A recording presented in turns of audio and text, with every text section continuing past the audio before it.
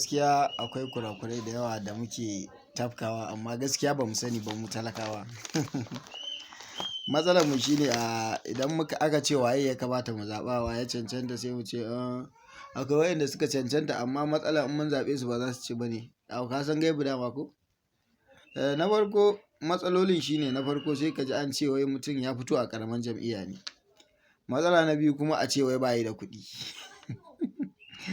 Matsala na uku kuma a ce bayi da wa'insu manya da suka tsaya mashi. Na huɗu kuma sai a ce wai idan an zaɓe shi zai yi asarar ƙuri'a ne. Ga shi ba ya cancanci a zaɓe shi. To matsalar farko idan za mu tattauna a kanta shine ya fito a ƙaramin jam'iyya. Dama akwai wata ƙaramin jam'iyya ne akwai wata babban jam'iyya? Manyan jam'iyyu su ne guda biyu kuka sani ko? Musamman mu Hausawa da APC da PDP ko? Su ne manyan jam'iyyu. To kar ku manta 2013 ba wanda ya san waye me APC ba kowa ya san APC ba. Amma a 2015 APC ita ne ta ci zaɓe. Me dalili? Ya kamata ka tambayi kanka. Talakawa ne suka yi fushi suka gane ana zaluntar su a PDP. Akwai matsaloli da yawa sai suka ce gaba ɗayansu yau APC za su yi. Da 'yan PDP da 'yan APC da 'yan kowace jam'iyya ne suka haɗu suna PDP su wa'insu amma ranar zaɓe suka zaɓi APC saboda sun ga kaman APC an cancanta. To kuna tunanin idan aka ƙara maimaita haka talakawa suka gane APC da PDP suna da matsala ba za su iya zaɓen ƙaramin jam'iyya ta ci ba? Za ta iya ci. To ku haɗa kan mana kawai. Sai kuma matsala na biyu wai mutum bai da kuɗi. Gaskiya idan mutum bai da kuɗi yana da matsala ba zai ci zaɓe ba amma wani zaɓe ne ba zai ci ba shine primary election. Shi kuma primary election abin da yasa ba zai ci ba shine primary election gaba ɗaya delegate ne suke yi. Delegate kuma ba cancanta suke zaɓa ba kuɗi suke zaɓa. Saboda haka ba za a zaɓe shi ba. To saboda haka to me amfanin ya zauna a cikin jam'iyyar da delegate ba za su zaɓe shi ba? To kawai ya fita ya je ƙaramin jam'iyyar da ku kuke cewa ƙaramin jam'iyya ne saboda ai talakawa su ne suke yin zaɓe. To ranar zaɓe talakawa kuma za su zaɓe shi.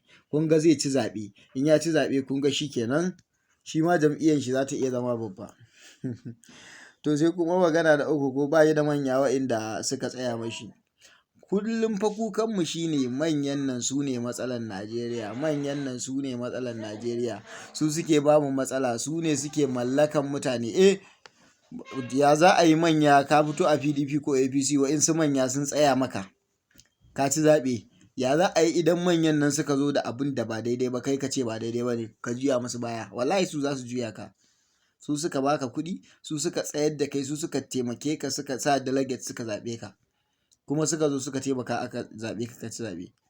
Saboda haka manyan nan ba su suke yin zaɓe ba. Wa'insu manyan ma surutun banza ne wani ma ko motar card bai da shi.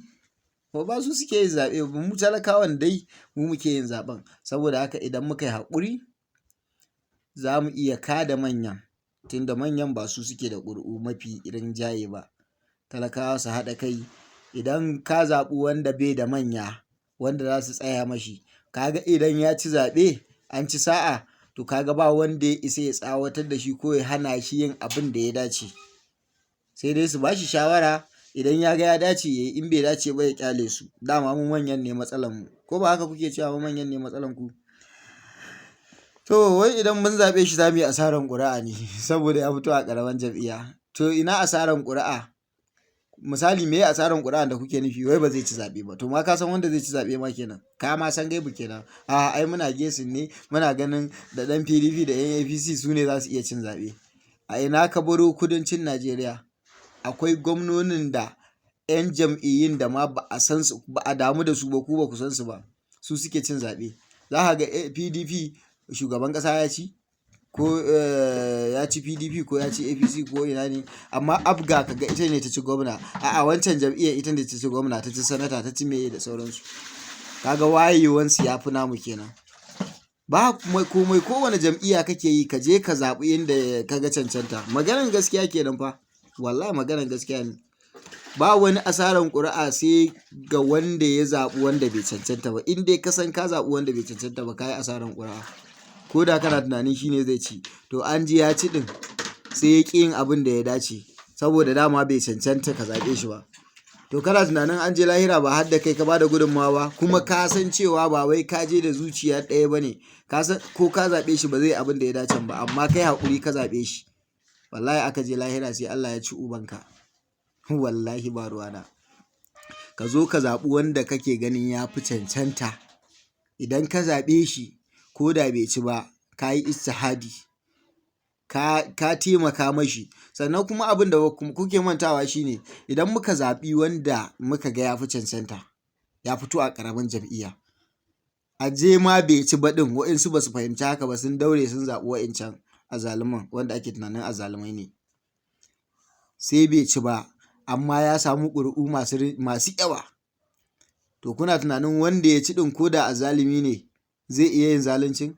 Zai tunanin wane fa ƙaramin jam'iyya ne, sabuwar jam'iyya ne, ba kowa ya san da ita ba, amma ya fito a shekara 1 zuwa 2 ya fito jam'iyyar, kuma ya kusa da ƙyar muka kada shi, talakawa sun zaɓe shi. To ina ga idan mun yi ba daidai ba, talakawa za su fusata, har waɗanda suka zaɓe mu wannan karan za su fusata su zaɓi wa'incan, su gane cewa ai bara ma mun ƙi zaɓen shi amma ya kusa kaiwa, to yanzu bari mu zaɓe shi kawai. To dalilin wannan sai su yi aiki, ko da aikin ba mai yawa ba ne, za su yi aiki saboda ko ba don Allah ba, saboda za su iya ƙara fitowa ko kuma za su iya ɗaga hannun wani su ce a zaɓe shi.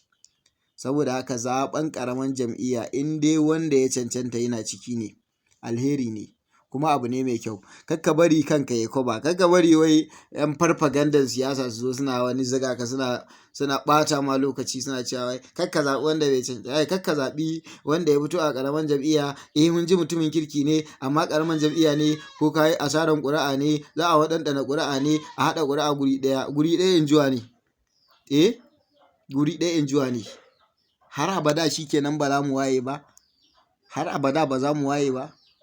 Mu ne muke da amfani wajen manyan nan a lokacin zaɓe, su kuma amfanin me suke mana? Abin da muke so suna yi? Wa'inda muke turawa a matsayin wakilanmu suna yin aiki a matsayin wakilci? Ya kamata a ce wakilinka kuna da email address nashi, kuna da nambobin wayan shi, kuna da forum na matasa da na dattijai, stakeholders da sauransu, ko da ba jam'iyyarsu kake ba, wanda in kuna da matsala a mazaɓinku za ku tura mashi direct, zai gani.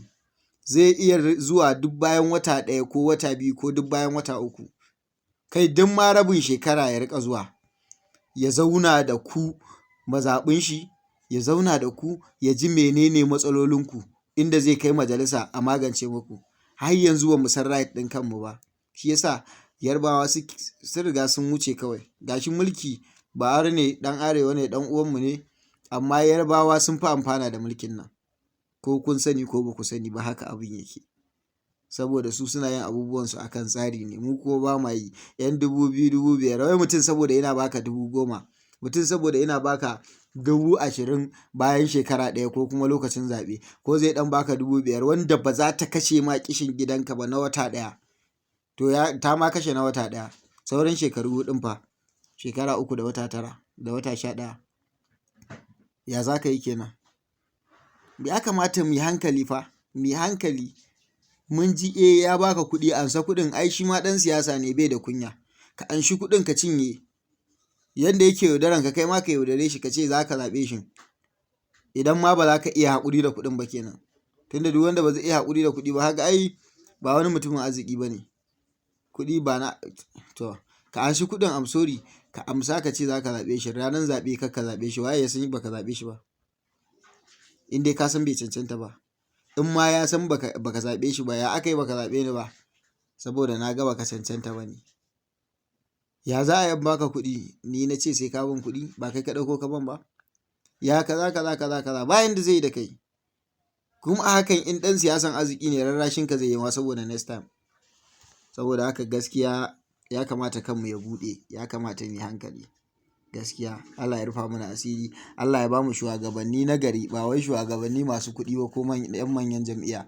In a babban jam'iyya kake, in dai ka cancanta a zaɓe ka, Allah ya baka. Idan baka cancanta ba za mu zaɓe ka ba fa, wallahi ba, ko ɗan gidanmu ne kai, wallahi baka cancanta ba zan zaɓe ka ba. Akan mene? Allah ya rufa mana asiri. Allah ya rufa mana asiri, Allah ya datar da mu. Domin kallon abubuwa wayanda za su amfane mu, a je YouTube channel ɗina a subscribing mai suna Najibullahi Abubakar TV. Insha Allah za ku riga ganin abubuwa wanda za su amfanar da mu gaba ɗaya. Allah ya taimake mu.